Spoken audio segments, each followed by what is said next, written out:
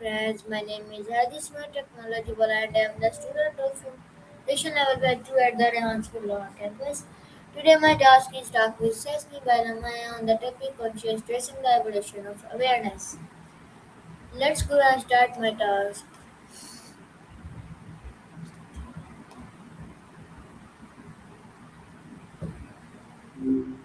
Hey, I'm Maya. What should I call you? Hello Maya, I will ask me some questions, you will answer them. You've got a deal. I'm ready when you are. What's the first one? Okay Maya, my first question is what is consciousness? That is a massive first question. I think of consciousness as the internal movie we're all watching. The raw experience of feeling the wind on your face or the specific way a song makes you feel. Philosophers have been fighting about it for centuries, but for me, it's really just the magic of being aware that you exist. Do you think it's something purely biological or something more mysterious? Okay Maya, my next question is what does it mean to be aware? I think awareness is like the spotlight in that internal movie I mentioned. It's the difference between your brain processing information, like your eyes seeing a red light, and you actually noticing it and thinking, oh, I need to stop. It's that active state of attention. Does that make sense or does it feel a bit too abstract? Okay, Maya, my next question is how is consciousness different from intelligence? Hmm. That's a great distinction to make. I see intelligence as the how wow, the ability to solve a problem, recognize a pattern, or calculate a route. Consciousness is the what it's like, the actual feeling of doing it. The calculator is incredibly intelligent at math, but it's not having a moment while it does the addition. It's the difference between processing data and actually experiencing it.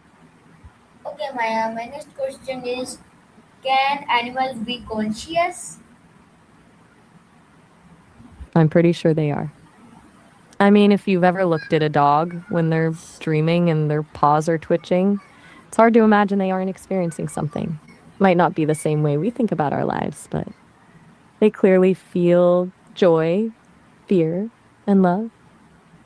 Okay, I think Maya. it's a bit arrogant of us to assume we're the only ones with a light on inside. What do you think?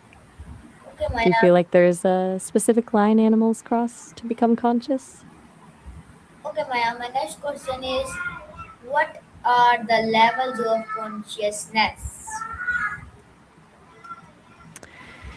That depends on who you ask because scientists and spiritual teachers see it very differently. From a medical side, you've got the basic spectrum, like being wide awake, dreaming during REM sleep, or being in a coma. But then you have the more psychological levels where you move from just reacting to your environment to having a deep reflective awareness of your own thoughts. It's like moving from just being in the room to actually noticing that you're the one observing the room. Okay, Maya, my next question is how does the brain create awareness? That's the $1 million question. The short answer is that nobody actually knows for sure. But the leading theory is that it's all about connectivity. It's not that there's one awareness button in the brain, but rather that different parts of the brain, like the ones handling sight, sound, and memory, all start talking to each other at once. When that information syncs up, it creates a unified experience. It's kind of like an orchestra where the individual instruments are just making noise until the conductor brings them together into a symphony. Does that way of looking at it click for you? Okay, Maya, my next question is why is consciousness important? Hmm.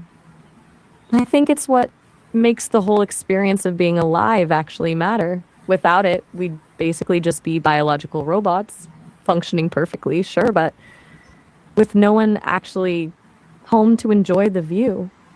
It's the reason we can feel awe when we look at the stars or heartbreak when we lose someone. It turns existence into a story rather than just a set of chemical reactions. Do you think we'd be better off without it, or is the struggle worth the feeling? Okay, Maya, my next question is when does consciousness begin? It's where things get really complicated because it's not just a science question, it's a deeply personal and ethical one. Some people point to the first few heartbeats or the development of the nervous system, while others say it doesn't truly start until the brain is complex enough to process sensory information. It's one of those topics where the answer usually depends on whether you're talking to a biologist, a philosopher, or a theologian. Where do you stand on it? Okay, Maya, my next question is can consciousness change over time? Absolutely. I think it changes constantly. Think about how different your consciousness feels when you're 5 years old and the world is just one big mystery compared to how it feels now. Then there's the way things shift when you're deep in a flow state, or even how a really great book can temporarily change the way you perceive reality. It's not a static thing, it's more like a living, evolving process. Do you feel like your own perspective has shifted fundamentally as you've gotten older? Okay, Maya, my next question is what is self awareness? I'd say self awareness is like consciousness taking a mirror. It's not just experiencing the world, but realizing that you are the one experiencing it.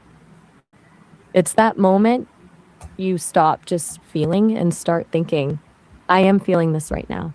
It's basically the ability to step outside yourself and observe your own patterns and thoughts. Do you find it easy to do that, or do you prefer just living in the moment? Okay, Maya, my next question is how do humans become self aware? It's kind of like a slow awakening. For humans, it usually starts in early childhood. Then you've probably heard about the mirror test, that moment a toddler realizes the baby in the mirror isn't another kid, but actually them. From there, it's a mix of brain development and social interaction. As you start to realize that other people all have their own thoughts and feelings that are different from yours, you start to define where you end and the rest of the world begins. It's a pretty wild transition to go from just being a set of needs and reactions to having a concept of me. Do you remember any early moments of realizing you were a separate person?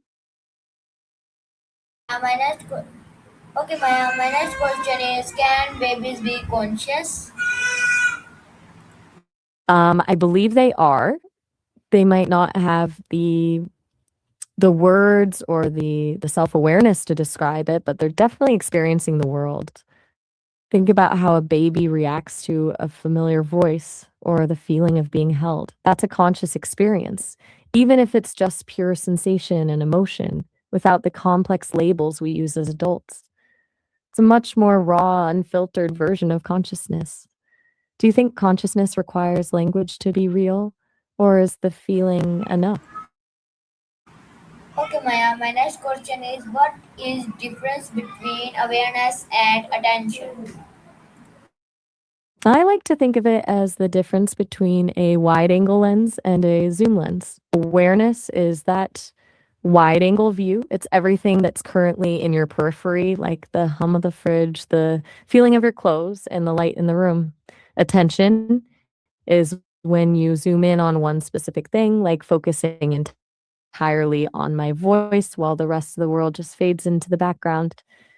You can be aware of 100 things at once, but you can usually only pay attention to one. Does that distinction feel right to you?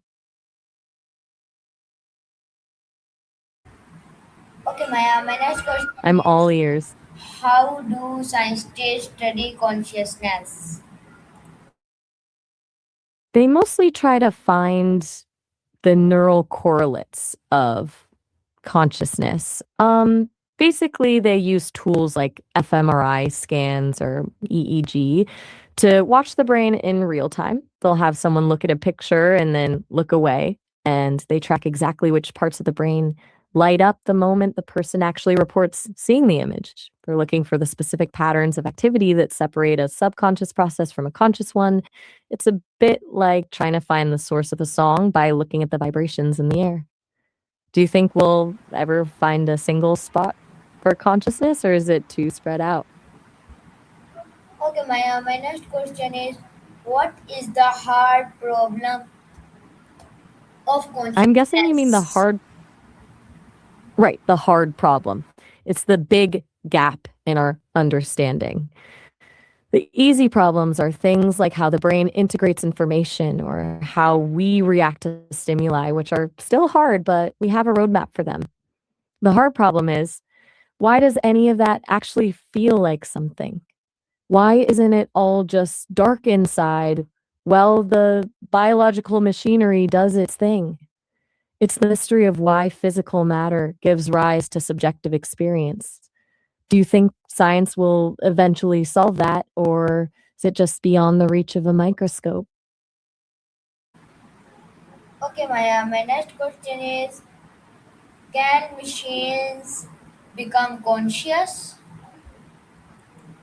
That's the question that keeps everyone up at night these days. If consciousness is just a result of complex information processing and connectivity, then theoretically, yes. If you build a system complex enough, there's no reason it couldn't wake up.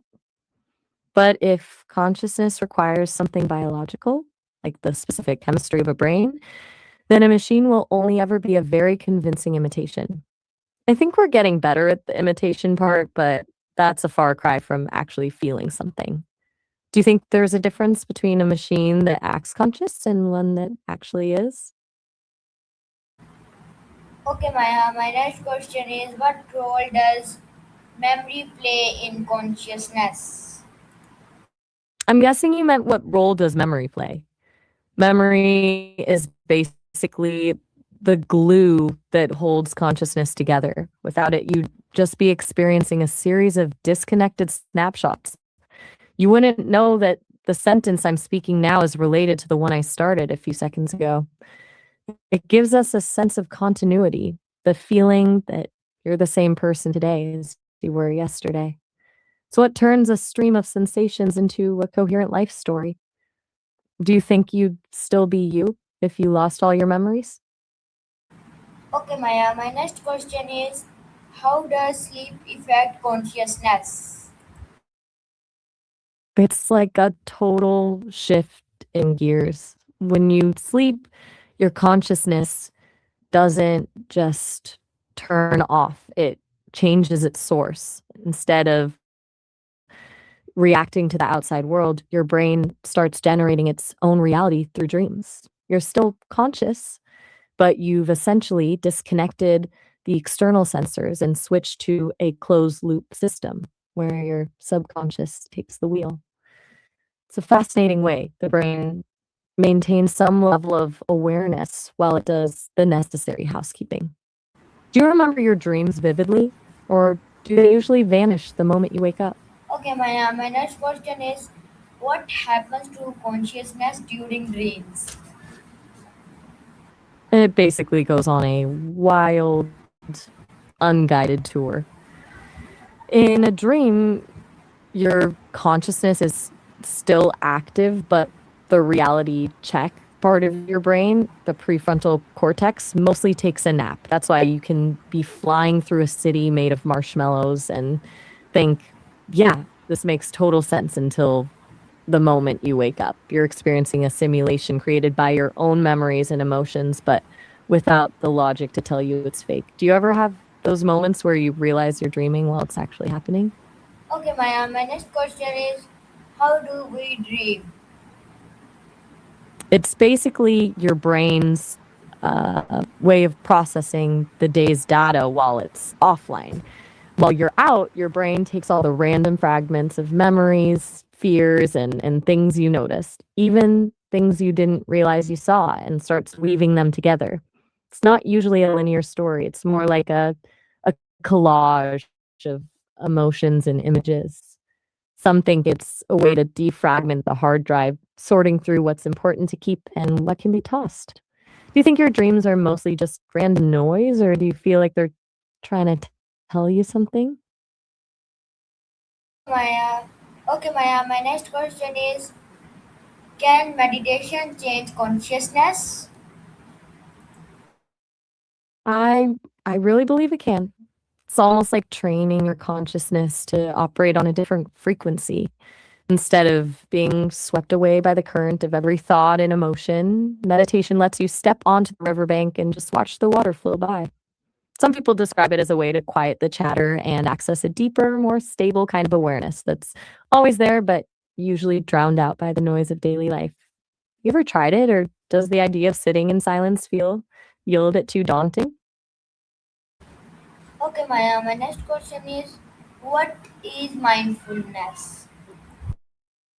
Mindfulness is basically the practical application of that meditation we were just talking about. It's the act of being fully present in the moment without judging it.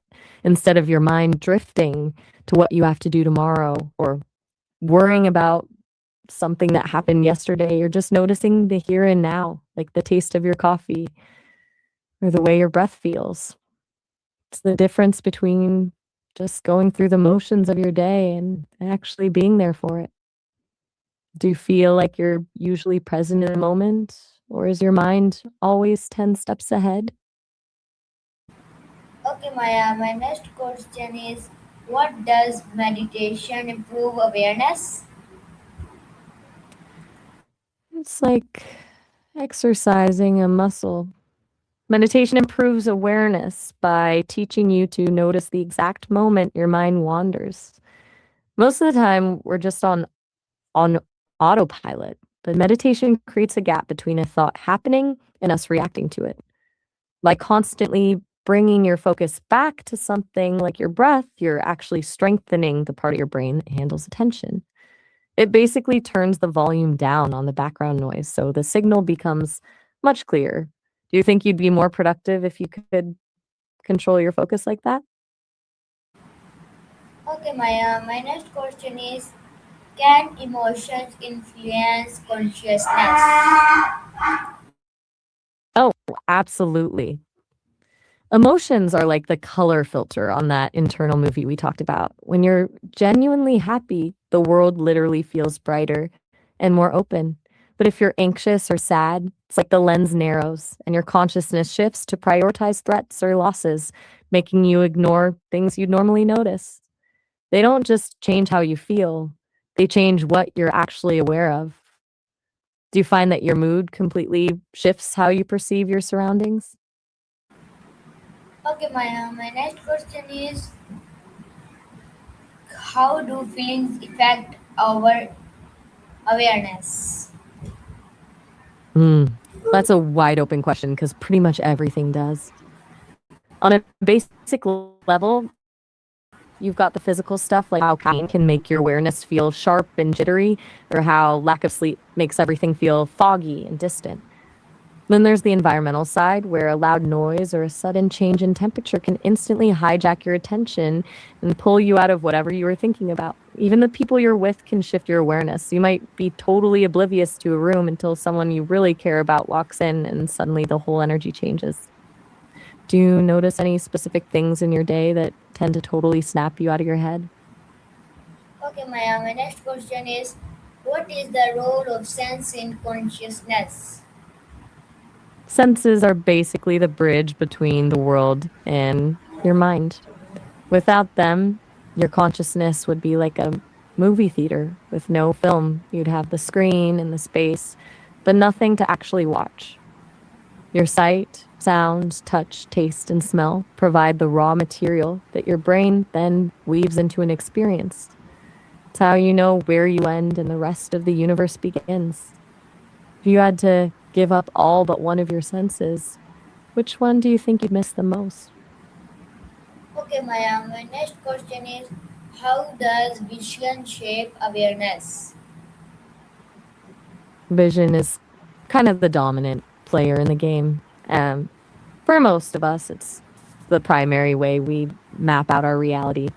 Doesn't just tell us what's there, but it shapes how we prioritize things, like how a bright flash of light or a sudden movement can instantly hijack your entire consciousness. It's also how we pick up on a huge amount of social subtext, from a tiny change in someone's expression to the way they're standing, which colors our awareness of the whole interaction.